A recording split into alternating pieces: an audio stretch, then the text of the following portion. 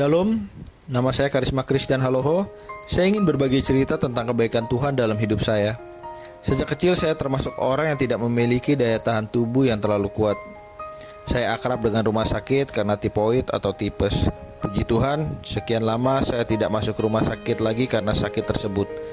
Namun sekitar akhir Desember 2020, kondisi tubuh saya kembali menurun, seperti menggigil disertai suhu tubuh yang tinggi. Pikirku dengan mengkonsumsi paracetamol saja itu sudah cukup untuk menurunkan demam saya. Tapi saat menjelang malam hari, tubuh saya kembali menggigil dengan suhu tubuh yang lebih tinggi dari awalnya. Sehingga kakak saya yang kebetulan sebagai tenaga medis memberikan paracetamol cair yang langsung diinfuskan ke dalam tubuh saya. Dan saya pun merasa lebih baik dan dapat tidur dengan nyenyak. Tapi itu ternyata tidak berlangsung lama. Keesokan harinya tubuh saya mulai kembali menggigil dengan suhu tubuh yang lebih tinggi lagi, sampai akhirnya saya harus dilarikan ke rumah sakit. Karena kondisi sedang pandemi, setiap pasien yang masuk IGD harus melalui proses screening terlebih dahulu. Darah saya pun diambil untuk rapid test. Setelah beberapa lama menunggu, hasil rapid test saya pun keluar dengan hasil negatif COVID-19. Tapi hasil dari ronsen saya terdapat seperti bercak-bercak.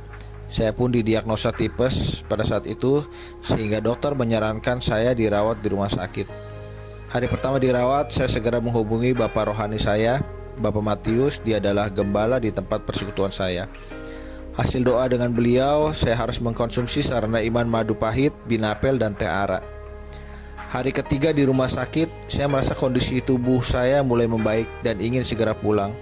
Namun ternyata malam harinya saya kembali demam lagi.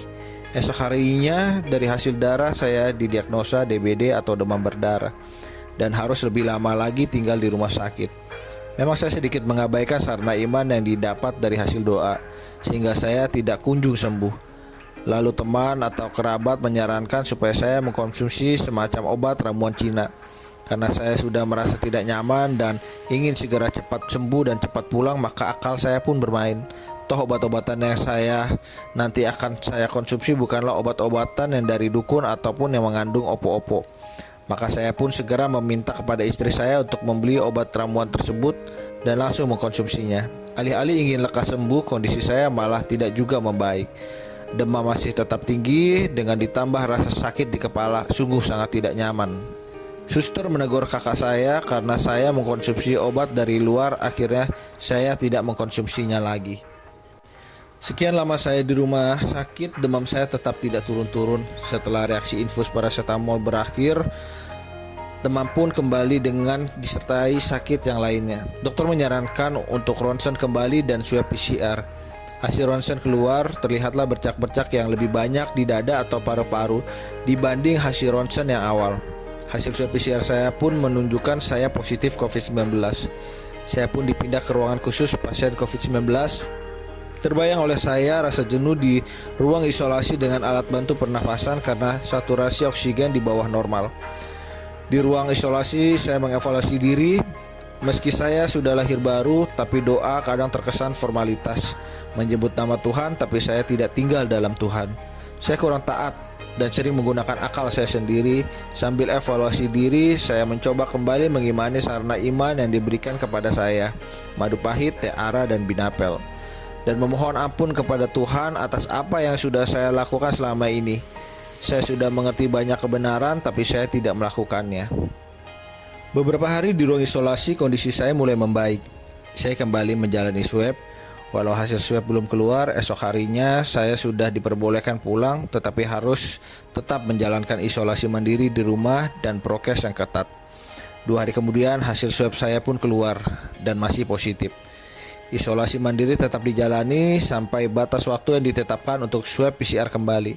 Saya mencoba untuk menikmatinya sambil terus bersyukur meski hasil swabnya masih positif.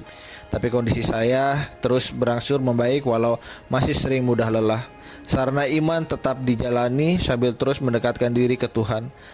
Tanpa terkena COVID ini mungkin saya akan lebih jauh lagi di luar Tuhan. Saya teringat akan firman-Nya, barang siapa kukasihi, ia kutegur dan kuhajar. Wahyu 3 ayat 19. Saya bersyukur Tuhan masih mau menegur saya lewat COVID ini. karena jauh sangat mengerikan jika harus pergi tanpa sempat bertobat. Dan saya pun belajar lebih taat lagi dari sebelumnya dan belajar tidak memakai akal dalam menyelesaikan perkara jasmani saya, tetapi memenangkannya bersama Tuhan. Beberapa hari kemudian saya kembali menjalani swab. Puji Tuhan, hasil swab yang keluar menyatakan saya negatif. Saya sangat berterima kasih kepada Tuhan untuk kebaikannya karena masih mau menegur saya agar tetap berada di jalurnya. Karena di luar Dia saya tidak dapat berbuat apa-apa. Demikianlah kesaksian saya. Semoga bermanfaat bagi kita semua. Amin. Terima kasih. Tuhan memberkati.